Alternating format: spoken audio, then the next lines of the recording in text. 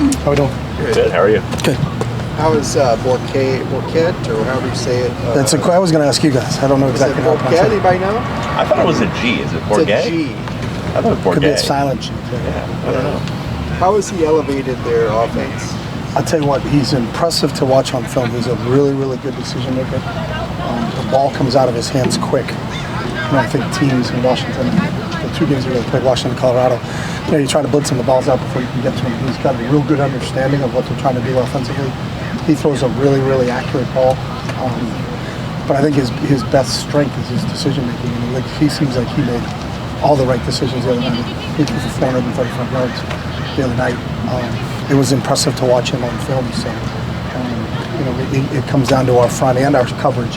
We got to disrupt the timing because they played with great timing the other night, and that's the thing that you really got to be conscious of is we got to disrupt the timing of the routes, and then we got to generate a pass rush. Is there anything that changes with their play calling with him versus Emory Jones? I think they threw a little bit more with him in. Emory's a really good athlete. There's probably a little bit of more design quarterback run with Emory in there. There was more obviously drop back passes in the Colorado game with him in there. So I think it changes slightly in terms of the play calling.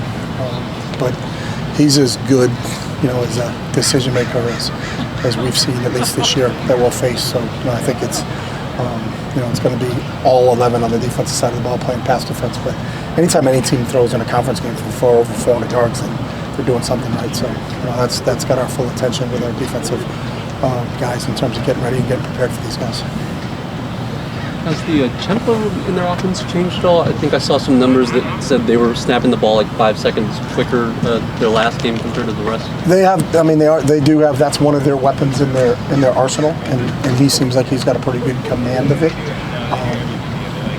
So it's just something you have to prepare for. It's not 100%, but yeah, they did run a little bit. It seemed like they ran a little bit more tempo in the Colorado game than they did in previous games. I was reading that they've changed a little bit on their coverage schemes, a little bit more man coverage. Does that kind of show up on film?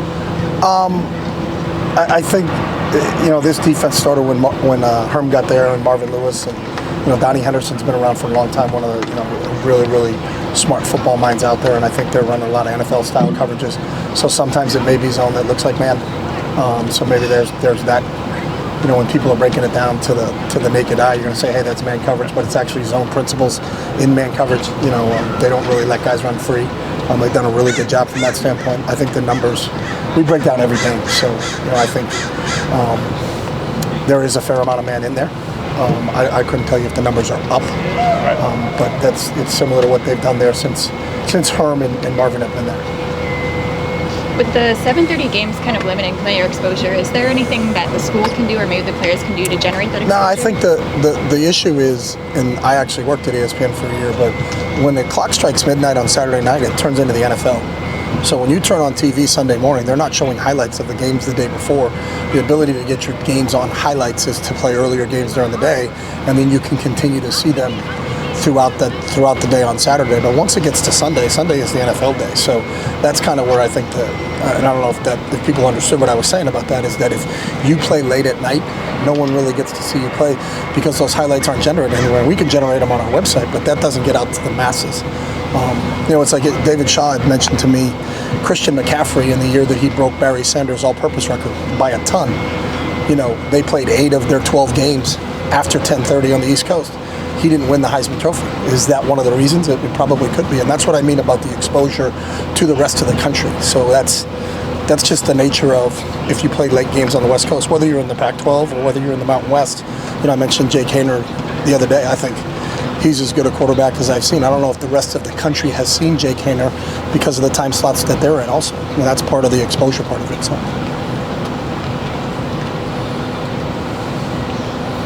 Rain gonna stay away, guys? Hopefully. Looks like it. Looked like it broke pretty good. We don't have to usually talk about that. We had to look at the weather, look at a couple weather apps this morning to see what we're going to go through. But I think we're going to be okay. So you had a volleyball at practice recently. Is there a reason? We use a volleyball. Good question. In a lot of our punt block stuff, because it's easier to block when you see the ball and you're kicking it off the ball. It's also really good when you're spiking the ball and trying to get guys to save it from going into the end zone you can kind of set it to different spots. Sometimes you're trying to get a football to go this way, but because of the shape, it bounces in a different way, but you can set them in different directions. So it's just something that's a little bit, I think we use it a lot in special teams.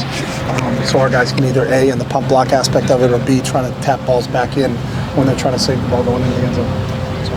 We've seen John Bonds like shadow boxing and even hitting some mitts on the field. Is he experimenting with boxing? No, KB does that with a lot of our guys. Ken has our kids do that a little bit. It just loosens you up from a core standpoint. So if you see KB has those boxing glove hand things, and we use them at DB so that they don't hold a little bit, but that's just kind of a warm-up thing for us. So. No three-sport athlete there? What's that? Well, let's just keep him at 2 right now. Keep him at 2. All right, guys. Thank you. Thank you. Thank you.